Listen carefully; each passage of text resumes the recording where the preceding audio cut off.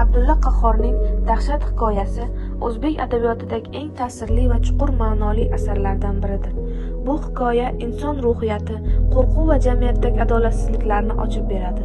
Hikoya kambag'al va oddiy insonlar hayoti haqida. Abdulla Qahhorning Dahshat hikoyasining syujetini yaratishda Abdulla Qahhor xalq og'zaki ijodiy materiallaridan foydalaniladi.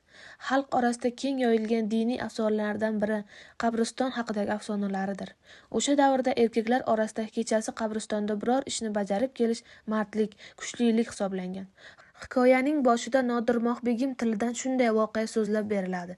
Bu voqeani eslab aytilishga darchaga kelib urilgan bo'yra sababchi bo'ladi. Bo'yra hikoyadagi voqealarga turtki bo'ladi. Burun zamonda ko'rgan kunini ko'pib bilmaysizlar.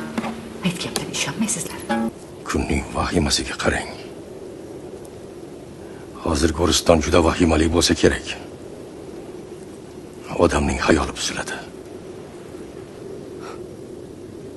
Odam o'lganda bo'yi tobutga solinadi. Lekin izlaganda topilmay qolishi ham bor gap. Otam ham qabriston haqida ko'p gapirardi. Bitta qo'yni nazarlari ilmasa, nechta qo'y bo'lsa arziradi. Mana sen 10 ta qo'y bersam, pichoq sanchib berasanmi? 100 ta qo'y. Mol dunyomni yarmini bersam, borasanmi? Yarim olamga podshoh qilib qo'ysam, borasanmi? Menga davlat kerak emas. Agar davlat kerak bo'lsa borardim. Unda nima kerak senga? Javob bersangiz, Ganjiravonga, ota-onamning oldiga borsam. Bitta go'rga bitta pichoq emas, 10 ta go'rga 10 ta pichoq sanchib kelardim. Xo'p, mayli. Shunday bo'la qolsin. Lekin sen qabristonga pichoq emas, qumg'on ko'tarib borasan. On hazratim sag'anasi oldida qumg'on qaynatib, bitta choy damlab kelasan. Maylimi?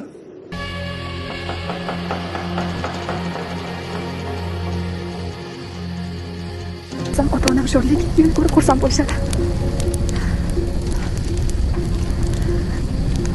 Men ularning yolg'iz qizi. Qaysarning evaziga meni qardodxon qo'liga bergani uchun ich-etlarini yeb o'tirishibdi.